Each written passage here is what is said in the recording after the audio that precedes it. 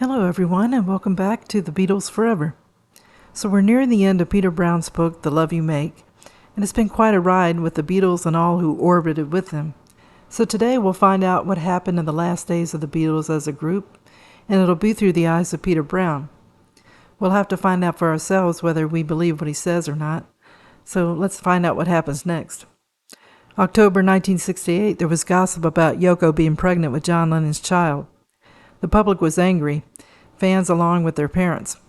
John had gotten rid of his English wife and became involved with this interfering foreigner. In the meantime, the public didn't know it, but someone had tipped the police that John and Yoko were using heavy drugs. October the 18th, the police came knocking on their door. Sergeant Norman Pilcher of the Scotland Yard Drug Enforcement Squad had with him 6 policemen and 1 policewoman for Yoko. They also had 2 drug-sniffing dogs. John and Yoko sat next to each other, and the police went through the apartment. One of the police dogs sniffed out marijuana residue in a binocular case on the mantel, and some marijuana seeds were found in a rolling machine hidden on top of the bathroom mirror. A larger quantity of marijuana was later found in a film can inside an old camera case in a rear storage room. And John and Yoko, they knew a Pilcher was coming because he was after rock stars who were influencing teens. Mick Jagger and Keith Richards had already been paid a visit by Pilcher. There was a party at Keith Richards' home, and George and Pattie Boyd were there, but they left before the raid. The drug squad had waited for them to leave before raiding the house.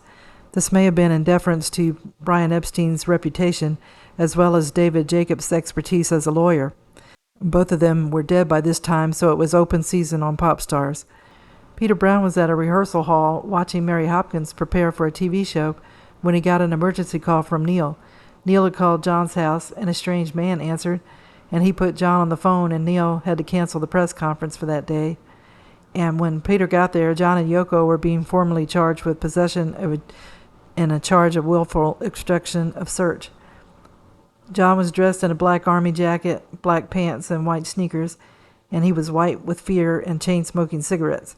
Yoko was also dressed in black, and they went out to a mob of photographers, and then they were led to a police car. Paul was told what happened to John, and he placed a call to Sir Joseph Lockwood at EMI, asking if he could use his political influence and connections to help John. Sir Joe called the station, and by that time John had gained his composure and said to Joe, "Hello, this is Sergeant Lennon. Can I help you?" Later that afternoon, John and Yoko were released and went back to their apartment. John told Neil what happened. He said that John and Yoko had been tipped off days before that there was going to be a bust. John decided to clean house and dispose of any large amounts of drugs. That's why the police didn't find any heroin. And that's where the obstruction of justice came from. John wouldn't let them in while he flushed drugs down the toilet. John said he was high on heroin when the police came. Yoko said that wasn't true. And John said he didn't know how the marijuana was found, and he didn't know it was there. He had cleaned the house and even washed the bowl they kept marijuana in. The film can the police found hadn't been touched in 2 years. It had been moved into the storage room by the chauffeur.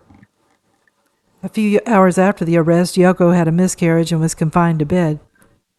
She had a series of blood transfusions at Queen Charlotte's Maternity Hospital. John wanted to stay with Yoko at the hospital. The first few nights he slept in the bed next to hers, but the hospital needed it for real patients, and John slept on a pillow on the floor. November 21st, it became clear that Yoko would not carry the baby full term. John asked for a Nagra tape recorder. Using a stethoscopic microphone, he recorded the embryo's last fluttering heartbeats before he died. The baby was old enough to warrant a death certificate, and John named him John Ono Lennon II. He ordered a tiny coffin, and he was buried in an undisclosed location. John didn't tell anyone but Yoko, and that night at the hospital, he cried himself to sleep on the floor beside her bedside. November 29th, still sick and weak, Yoko appeared with John at the Marylebone Magistrates Court. John pleaded guilty to possession of cannabis by guilty pleas that would absolve Yoko of any responsibility. He was fined £150. In John and Yoko's mind, the arrest cost them their child. You have to wonder if it wasn't the drugs that they had been taking that had done it. Around this time, the Two Virgins albums was released. It was mainly from the tapes they made at Kenwood while they were on acid. The photos for the album were scandalous, and Peter had kept them locked away in his desk drawer. Peter tried to dissuade them from using the photos because there would be legal troubles, but John didn't listen.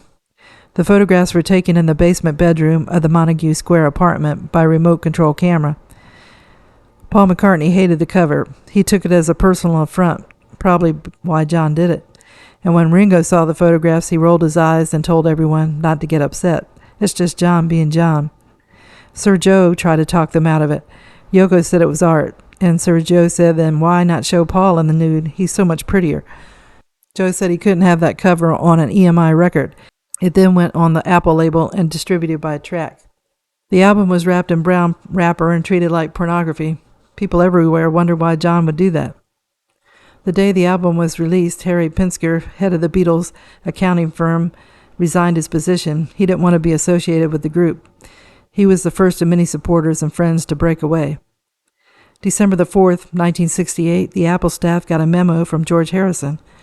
Hell's Angels would be in London next week on the way to straighten out Czechoslovakia, and there would be 12 in the number, and they would arrive at Apple, and George said not to fear them, but to give them assistance.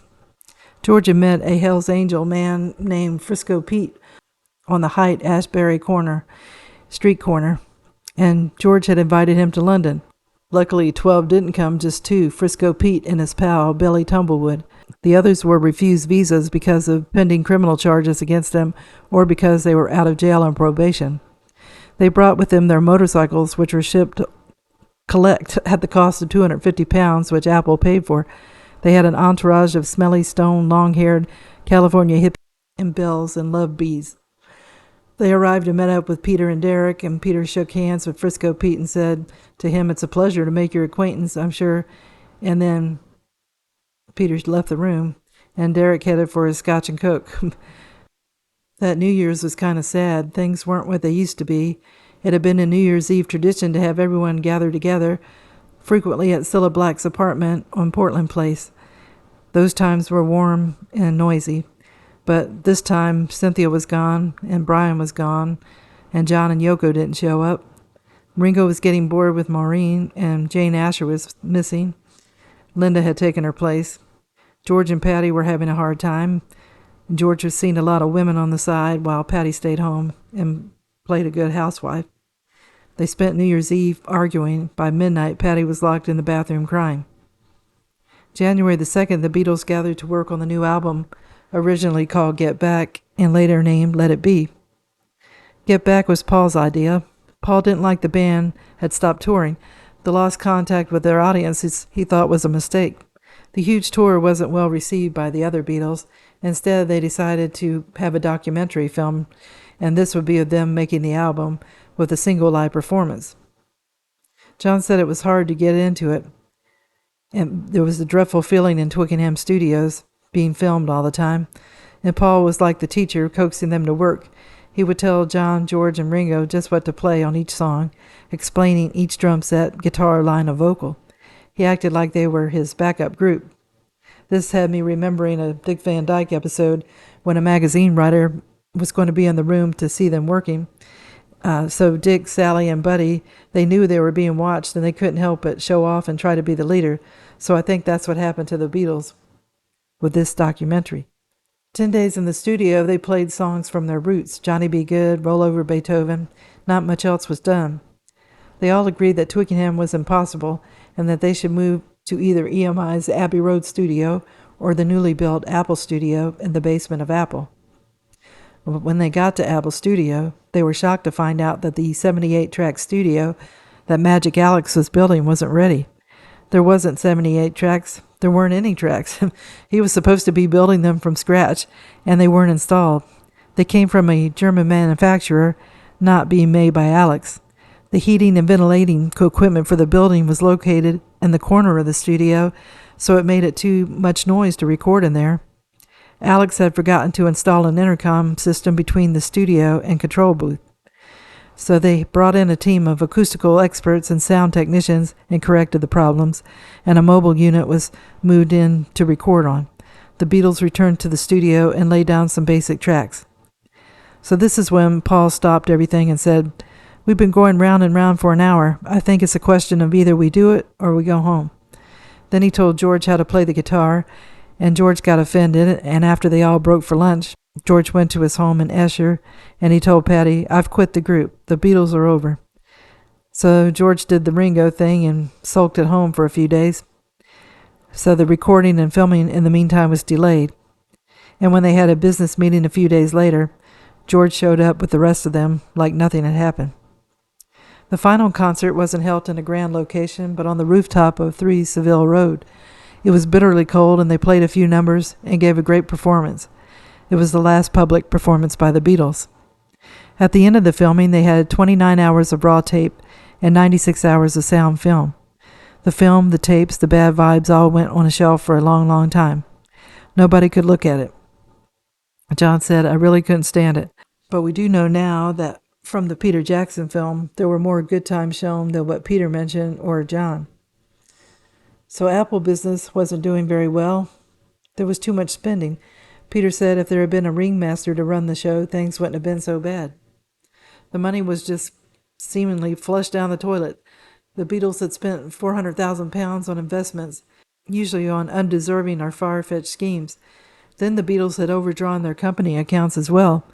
John was £64,000 on the red, Paul £66,000, and George and Ringo £35,000 each.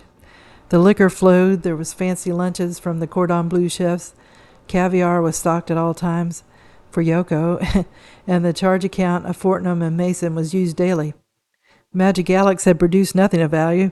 He was loaned £20,000 for a home to live in and his own laboratory to invent in. After the Apple boutique closed, Pete Shotton left with a Jaguar automobile owned by the company.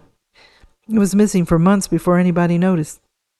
Promotional records were disappearing by the gross to be sold in the black market to record stores. Television sets vanished out the front door.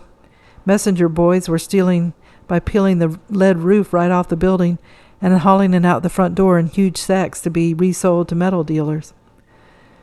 The Beatles' vast spending was brought to light first by Stephen Maltz, a young staff accountant who had resigned the previous October in protest over the way the Beatles were handling their finances. He wrote a letter to each of the Beatles saying, "After 6 years of work and all the pleasure they had given to fans, what do they have to show for it? Your personal finances are a mess. Apple is a mess." That is when they decided that someone had to head Apple. They went through a bunch of choices, most of them the people they suggested declined. Then Paul decided his father-in-law, Lee Eastman, would be the perfect choice. When Paul mentioned it to the Beatles, there were groans of disbelief. They felt now that Paul was not only trying to run the group musically, but financially too. Paul got stubborn and said they should all have a meeting with him, but Lee misjudged how important the meeting was, and he didn't show up. He sent his 28-year-old son, John, who was a partner in the law firm. John was urban sophistication and old money, clean-cut and handsome. He represented what Paul wanted to be and what turned the other Beatles off. John and Yoko thought he was a phony intellectual, but his legal advice was first-class and intelligent.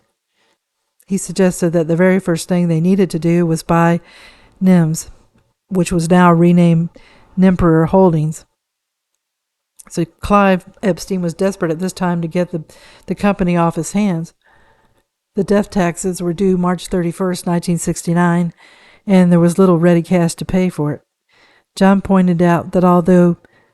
Eastman pointed out that although the company provided no services for the Beatles, they were still deducting 25% income for their recording royalties. Nemperor Holdings was entitled to collect the 25% of their earnings for 9 more years, even though Brian was dead, and even if Clive sold the company to total strangers. John Eastman thought it would be better if they bought the company themselves. Clive Epstein was anxious to sell and had put out the word in the city that Nemperor and his 25% cut of the Beatles was for sale. He got a serious bid from Leonard Richenberg, an aggressive managing director of a social company named Triumph Investment Trust. He offered £1 million for Nemperor, and that would pay for the death taxes and give Clive a handsome profit too. Clive was considerate, though. He told the Beatles that if they wanted to match it, Nemperor was theirs. Clive said he would wait a few weeks for the Beatles to make a firm counteroffer. All they needed was the money. So I'll stop the video here. I thought we would get to the end of the book in this video, but there's still more to find out, and I don't mind that. So John and Yoko had to face the wrath of their fans and parents with their public relationship, and then had to deal with the police trying to get them for drug use, and after that, the tragic loss of their son by miscarriage. George got involved with the Hells Angels, and the Beatles began their recording of the album Let It Be, as well as being filmed for a documentary. Apple was losing money just as the boutique had, and Clive Epstein wanted to sell Nemperor because of the high death taxes. He had an offer, but he decided to give the Beatles a chance to come up with the money to buy him out, so they wouldn't lose 25% of their income for the next 9 years to total strangers. So we'll find out what happens next in the upcoming video. I hope you enjoyed the video, and if you did, if you could give it a thumbs up, it would be greatly appreciated as always. So I wish everyone a good day, and tune in again soon for another episode of the Beatles Forever. Thank you. Bye.